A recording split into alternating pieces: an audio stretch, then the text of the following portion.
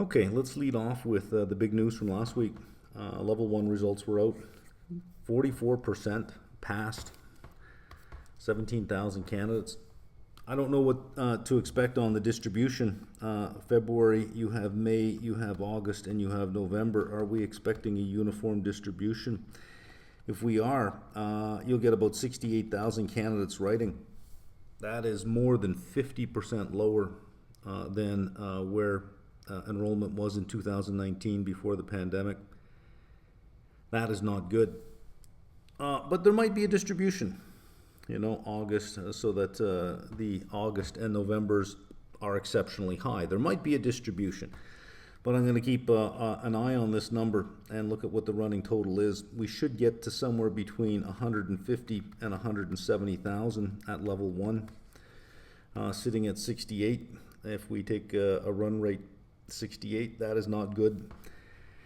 Next paragraph, and I just want to sort of point something out here. I kind of disagree with where they're going on this, although I will agree with their final paragraph here. We conducted our analysis of the results for this particular cohort and found that first-time testers scored above the average pass rate with a pass rate of 52%. Those candidates who sat for the exam after having previously deferred their exam at least once, average pass rate of 28%. So you do have differences in groups, but it's not because of the deferral. It's not because this group deferred. It's not the act of deferring that results in the lower score. It's the type of individual who will choose deferral as a strategy. So let me give you an example from the last school that I taught at. We have a final exam over here, and students are moving towards the final exam, and the school had a policy of if the student is sick, they can rewrite 1 week later, and you have to provide a makeup exam. And they went on the side of we believe them. If they say they're sick, we believe them. We're not going to question them and make them get a doctor's note. We simply believe them. So a lot of people use this as a strategy. But when I looked at who was sick, they tended to be C-, D, F students. They tended to be the worst performers in the class were sick because they knew they weren't prepared for the exam. And okay, they didn't have to write the exam. Then they can continue on being who they are. And then the exam is over here. It's like, oh, I can't be sick again. And they will do what they do, which is very little. And the makeup exams, there were never any A students in the makeup exams. You were never grading any A papers or B papers. It was always that. They self-selected into the makeup exam because they had the option to. So if you looked at the actual exam, you would say the pass rate on the actual exam was significantly higher than it normally is because you're missing these people. So the pass rate here are those that did not choose deferral as a strategy. So it would be higher. I mean, it naturally would be higher. Had these people not had the option to defer, it would have shown up in their performance. The deferral is showing that they're taking the path of least resistance, that they're unwilling to make the sacrifice necessary to meet the deadline. It's easier to defer.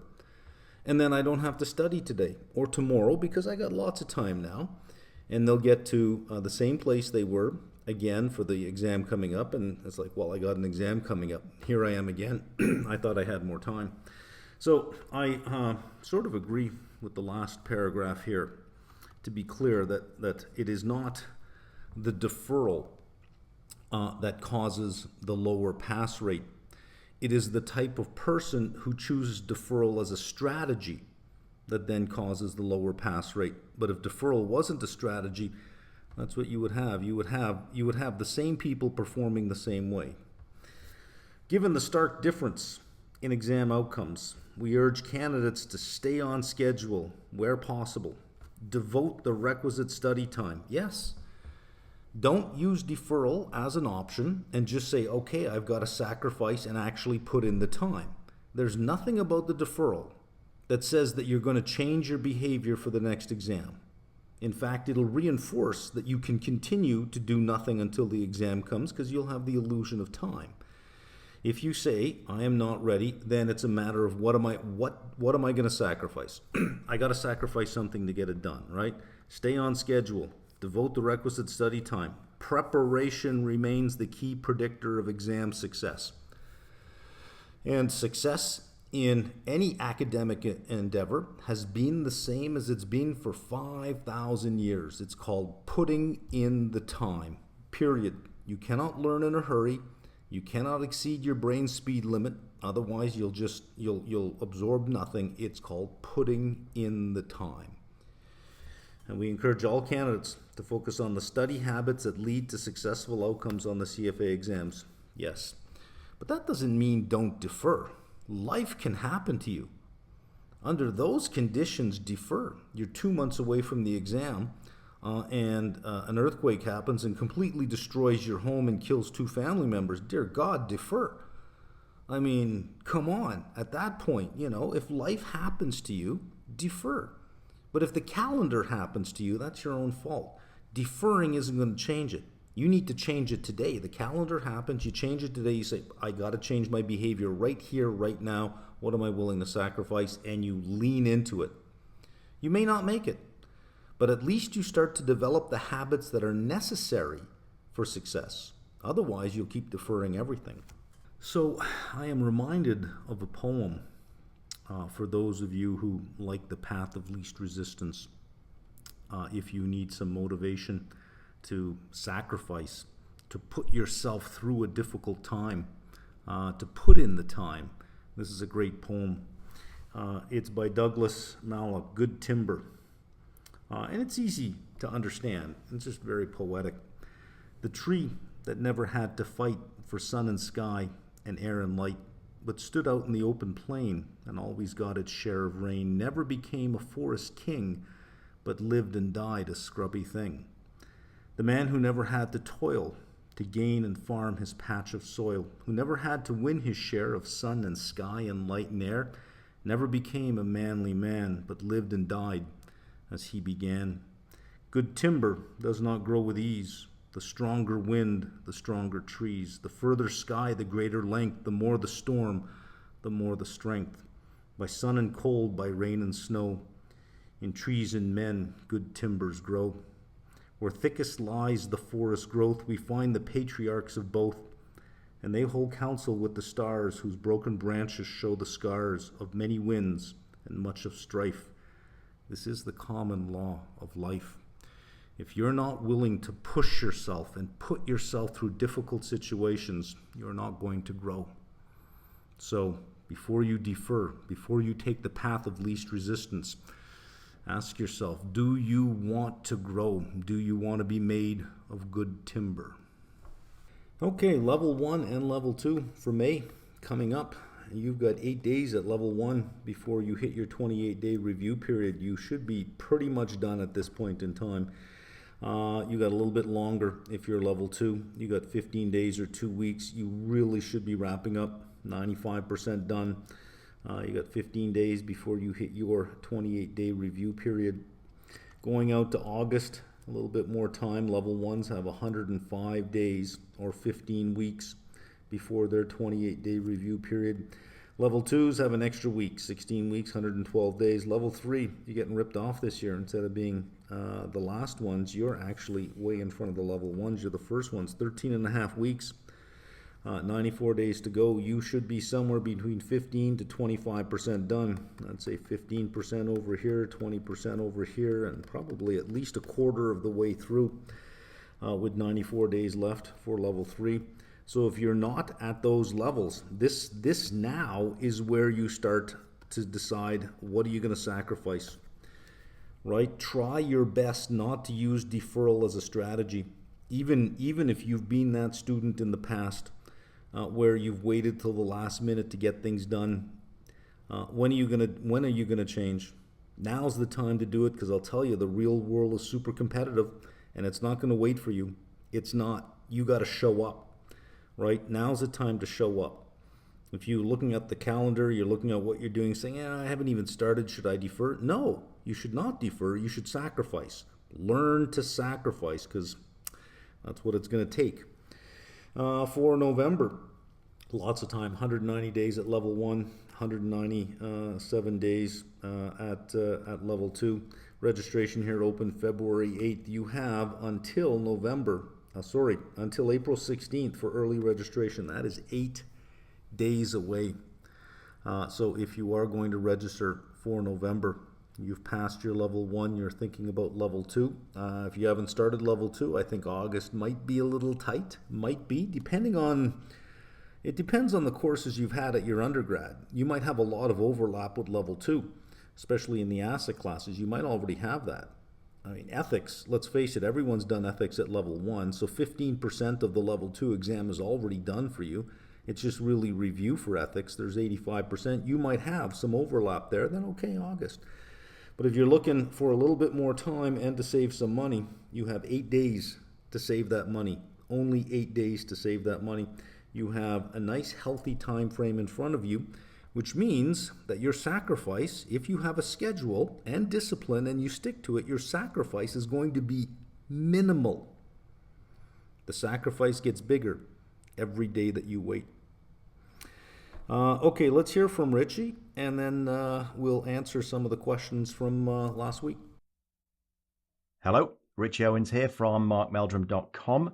Just a quick little video on the back of this week's CFA, or I guess when you're watching this, last week's CFA Level 1 results from February. A couple of interesting facts, I think, just to bring out. Let's look at the press release that the CFA put out.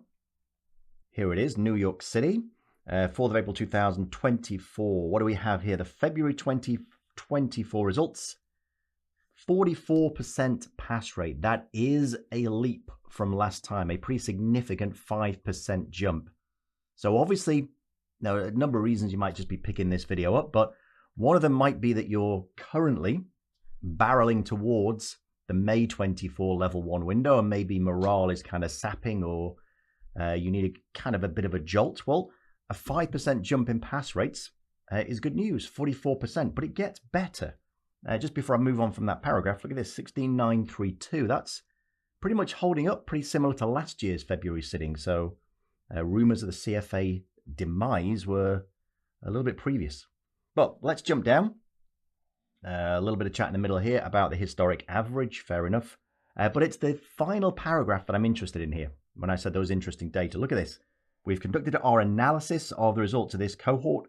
We found first-time testers scored above the average pass rate with a pass rate of 52%. Those candidates who sat the exam having previously deferred their exam at least once, on the other hand, had an average passing rate of just 28%. So, if you're coming to the May window and this is your first sitting, there is a 52% pass rate for candidates like yourself. Just let that sink in. Because it's around this time we start to get a lot of emails from candidates saying, not sure I'm ready, not sure I'm going to be able to take it now. Can I defer? Should I defer? My overwhelming answer is no. If you are heading towards the May exam, you still have 40 days left. Now, I said this video would be quick, but just a couple of points if you are going for May. As I say, you have 40 days to go. That's a long time. I appreciate you have jobs, you may have families, you may have outside interests and hobbies, but 40 days is still a long time. Rotate your topics over those final 40 days. Do not say, 10 topics, 40 days, 4 each, and I'm going to start today with 4 days on ethics, then I'm going to do 4 days on quant, and so on. That's crazy. You will get to the exam, and you won't have looked at quant for about 32 days. Rotate the topics, spaced repetition. That's what you're looking for. Do a little bit of quant, do a little bit of something else, come back to the quant. Best way to do that, in my view, mocks. If you attend the office hours, you'll hear me talking about this. Mocks are the best way because mocks are set up to be weighted like the exam. It makes sure you're studying the topics in the right weighting. So you do a mock and then you use that mock to get better. What you do not do is as many mocks as you possibly can. Back-to-back mocks are utterly pointless. You do a mock, you get 62, you immediately turn around and do another mock and get 62, you've achieved nothing. Even if you do better, you've achieved nothing. The idea of a mock is to reveal your weaknesses. If you are feeling up against it, it's because there's some areas you're weak in. Which of those areas? The mock will tell you. You debrief the mock by going through every single question, right or wrong, finding out those you got wrong, finding out those you got right for the wrong reason, finding those that you just clung onto with your fingernails and got right, but you might get wrong next time. Then you go back to the source material and you actively read to find out why you were wrong. That is a much more entertaining way of studying than reading. The review period, these last 40 days, are much more entertaining than any other part of this study process because you are just getting victories every day. I didn't get that question. Why? Let's go back to the source material. Now I've got a reason to watch the source material because I know what the question was that I can't do. So you watch it with interest. You're actively trying to take everything you can from that video, squeezing the juice out of it and say, now I can do that question. Then before you sit the next mock, you write down on a piece of paper all the things you're better at. Now, of course, the way the mocks are set up, the next mock is going to test different things.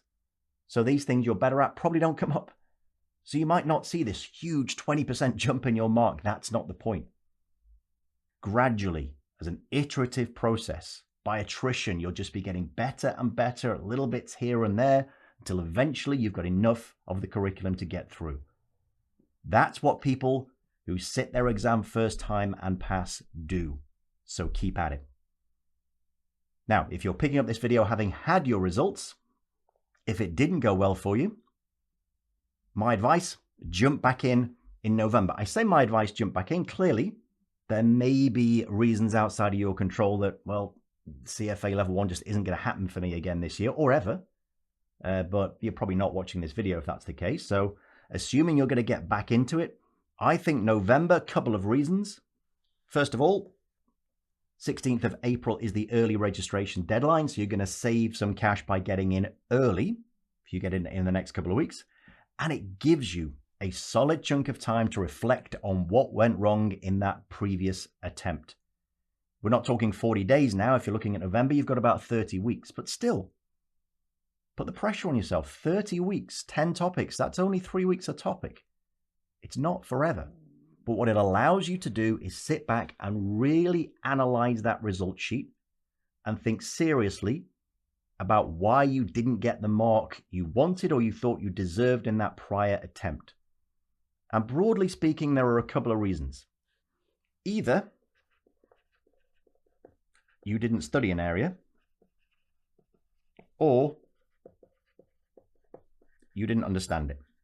Now, didn't understand it, perhaps that's the wrong term. You didn't apply it properly. You didn't understand what was being asked, but you did study it. It just didn't go well for you, as opposed to you just didn't study it. This should be obvious. Are there areas that you just did not look at? That's step one. Classically, in courses I've taught in the past, I used to do live classes for people who are resitting. Derivatives, alternatives are areas they just don't get round to. FSA, areas they don't finish. So make sure you go and look at those areas. It might be for the first time, then it's just studying like you were first time round. If there are areas you didn't understand, it's really like the review phase that people are going through for May. You've got to be active. This is the bit I didn't understand. I'm not rushing through it now. I've not got 40 days to try and cram this in. And say to yourself, I've got 5 days. And all I want to do in these 5 days is understand what on earth a deferred tax liability is. 5 days. Get behind it, understand it, practice questions on it, and get the win. And you can just chalk one up. All right, that's one thing I've got.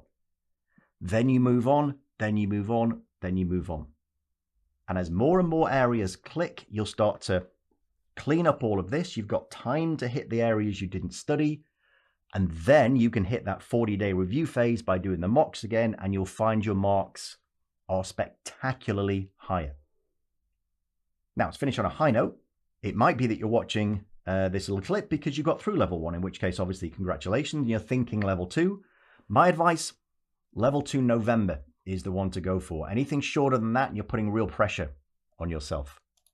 So I'd say hit November. The good news is you can get in before the early registration deadline. Level 2 is a different beast. The classic quote, inch deep and a mile wide at level 1. Yep, we go a little bit deeper at level 2. Fewer topics, more detail. Where do I start is a common question. My advice, if you want to pick up level 2 right here, right now, quant and derivatives are great places to start. There are approximately 5,983 formulas in derivatives. If you hit derivatives with a few weeks to go with a mindset of, I'm just going to learn this, and then vomit out the formula, it's not going to work for you. There are way too many. Instead, what you do is watch the video now and understand where these derivative formulas come from. They're all coming from the same place. Can you move cash flows around and get those cash flows back to a present value? If you can and you understand how and why that's working, you'll see that all of these formulas are just based on a few very simple ideas. But that's it. This is already too long. If you passed, congrats. If you didn't, get back on the horse, but plan your review strategy properly. If you're aiming for May, 40 days to go, keep at it. Keep actively learning. Come to the office hours, get your questions answered, and start thinking about doing those mocks and debriefing them and working on your weak areas. Okay, let's look at some questions here. Request your advice on L1 exam day strategies. First session, likely to start with a series of ethics questions sequentially, and then follows FSA, QM, and economics being clubbed and it's random. My view is to finish the latter first and then come back to ethics, as we all agree that ethics will require more thinking given the length of question. Recall strength of standards, which will result in extra minutes per question. Okay. If that is how you want to do it, you are free to answer the questions in any order that you want, including randomly. So you can do that.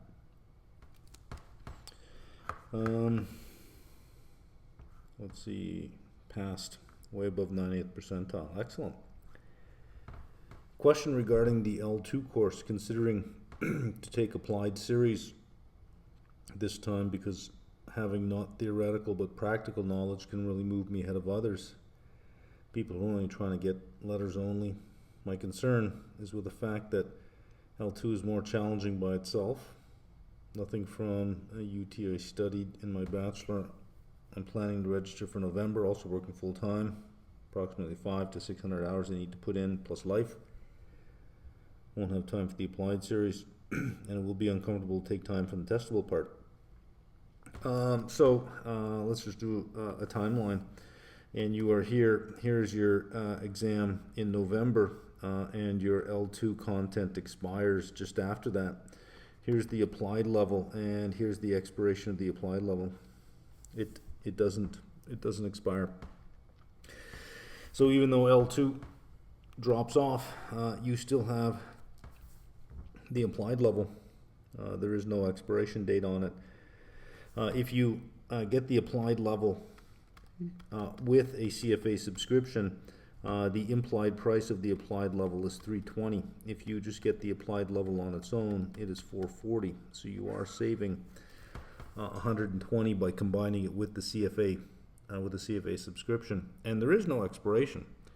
And there will be some evenings where you think, I don't really want to do any CFA studying.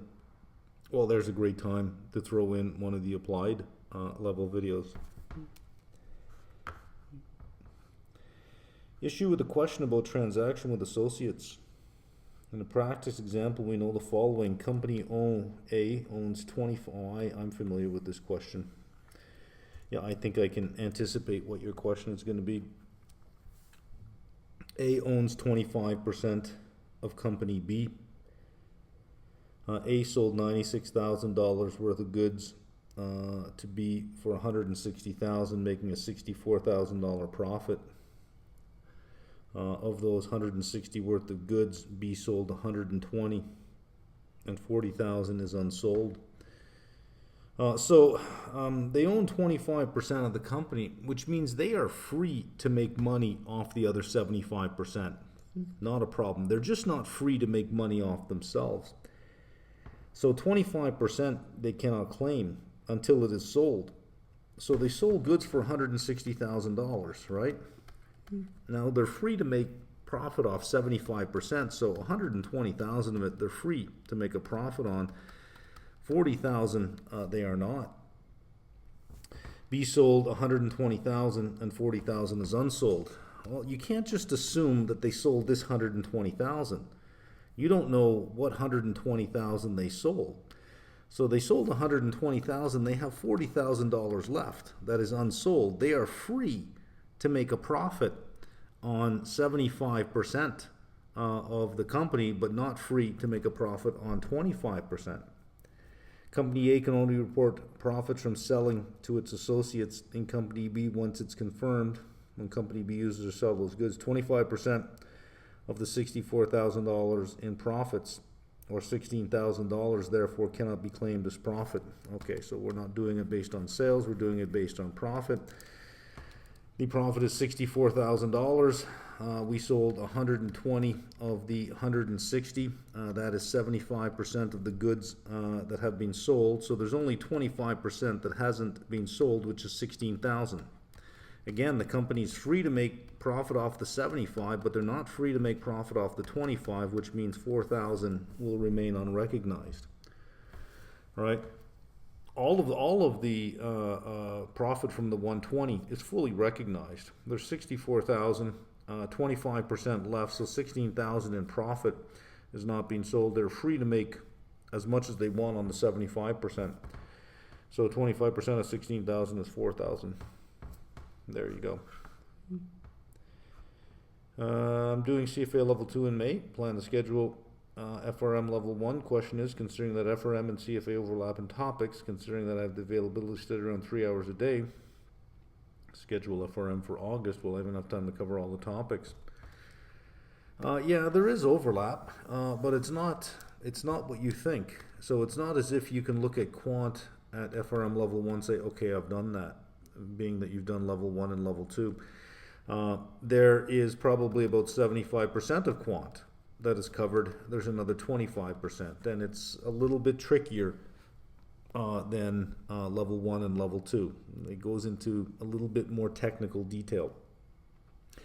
Same with the other topics. It's not as if you've done 3 of the sections and you only have to do 1.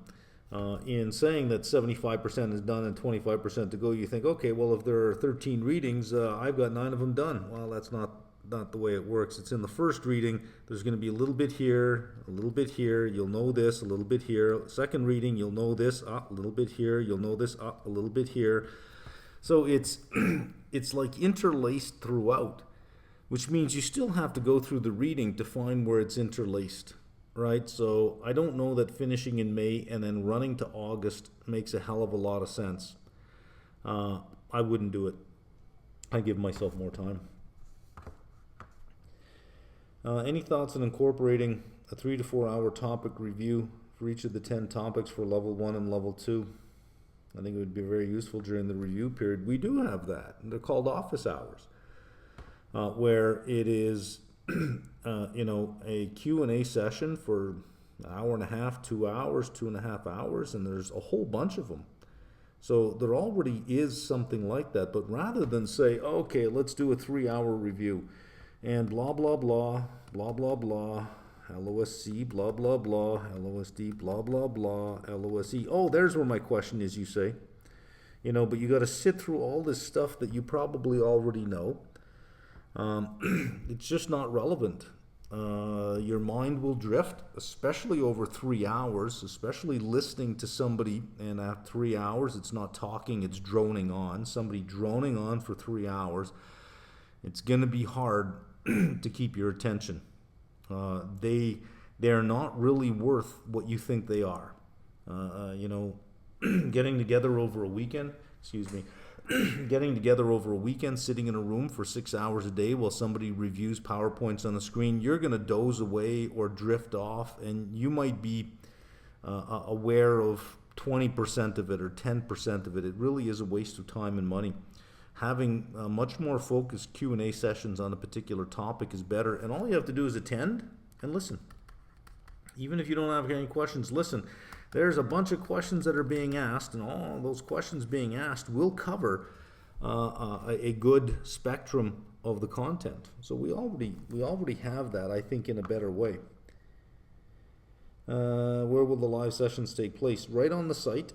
Just you log into the site, you click on live sessions, and you'll see a Vimeo window open up, and it'll just be right on the screen. Can I join the session if I have not purchased the package? No, you cannot. No, you cannot. Can I come to the office hours despite I'm writing in August? Yeah, I think you can. Quick one. When you mentioned percent progress in your weekly CFA stuff, how do we know how to calculate this? Well, if you've got 10 sections and I say you should be 20% done, on average 2 of the sections should be done, right? I think that's a fair way to do it. I mean, an easy sort of back of the envelope way. Currently preparing for L2 August. Earlier video you suggested L2 candidates learn 2 topics at once. Easy one and challenging one. Do you mean that we should divide our daily learning hours? Yeah, that's exactly it. One hour for each one. Or should we learn the same topic each day? 2 hours daily, 2 hours for derivative tomorrow, 2 hours for equity, 2 hours for derivative tomorrow. Yeah, I don't see that it really matters. Usually your peak study time is 45 to 50 minutes on a topic.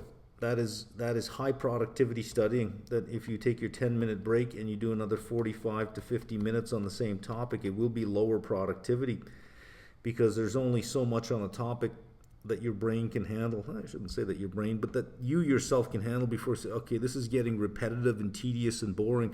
That novelty really helps. So, you spend the next 45 to 50 minutes on the next topic, and it's, it keeps productivity higher. But try it. Do 1 day on one day on another, 1 day on one, and then, do that for a week, and then try 2 topics in the same day for a week and see how you feel about it. Which one that you feel flows better for you. Can someone share a link to credit spreads from Lehman Brothers? And if you click on the link, I did share a link for that. So if you're doing level 3 credit strategies, there's a whole 20 pages of credit spreads. That is lifted almost entirely from the Lehman Brothers paper, and the Lehman Brothers paper does it better because it keeps all the sentences and has nice examples. Sentences that if the author for credit strategies had just left the sentences in place, it would have read better, but the author decided to shorten it by removing sentences and not fully understanding credit spreads. The author took out, in some places, the important sentences. Right, so if you want to skip the author's treatment of credit spreads, get the Lehman paper, and you'll say, "Oh my God, like it's almost word for word where they did leave it." Yeah, it's lifted entirely. It's not the author's work; it's somebody else's work altogether. And that'll do it for this week.